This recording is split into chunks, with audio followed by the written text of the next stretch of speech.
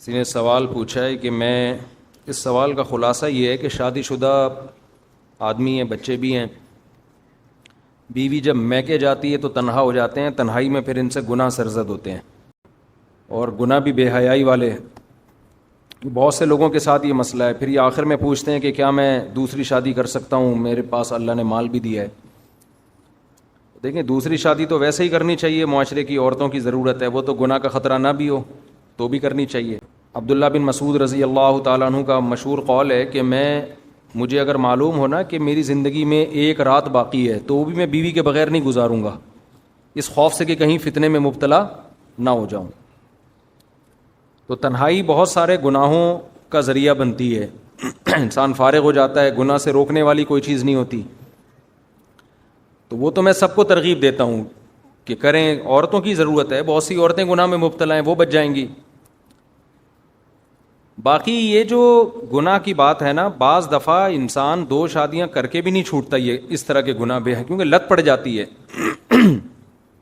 تو نکاح تو ویسے ہی کریں، اس سے گناہ کی رغبت کم ہوگی انشاءاللہ، ختم نہیں ہوتی۔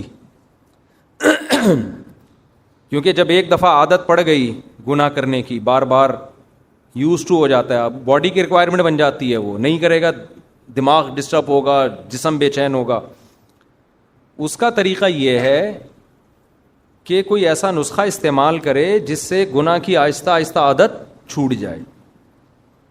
تو اپنے لیے کوئی سزا متعین کریں۔ سب سے پہلی بات یہ کہ آپ کو پتہ ہے کہ تنہائی میں یہ کام ہوتا ہے، تو تنہا نہ چھوڑیں خود کو۔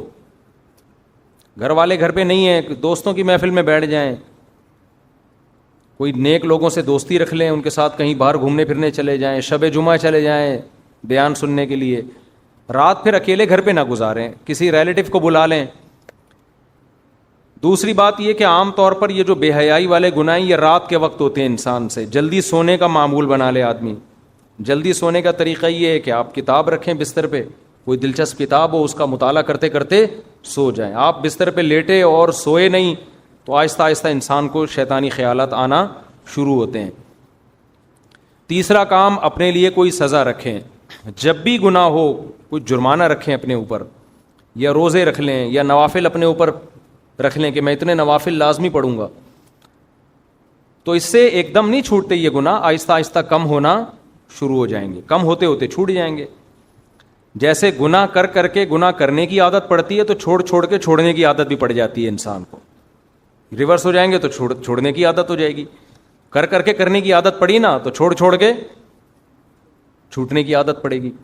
اور تبلیغ میں بھی بہترین ایک ذریعہ ہے، 4 مہینے کے لیے نکل جائیں، وہاں انسان کو گناہ کا موقع نہیں ملتا، گناہ کی طرف توجہ نہیں جاتی۔ بہت عرصہ جب دور رہیں گے تو بھی کمی آئے گی انشاءاللہ۔ اور ویسے تو اصولی طور پر ان تمام چیزوں میں کسی سے بزرگ سے باقاعدہ اصلاحی تعلق ضروری ہے۔ کسی اللہ والے سے بیعت ہو جائیں، ان کو بتائیں اپنے حالات، وہ آپ کو گائیڈ بھی کریں گے، دینداروں کی محفل میں بھی بٹھائیں گے، آہستہ آہستہ انشاءاللہ یہ چیز ختم ہو جائے گی۔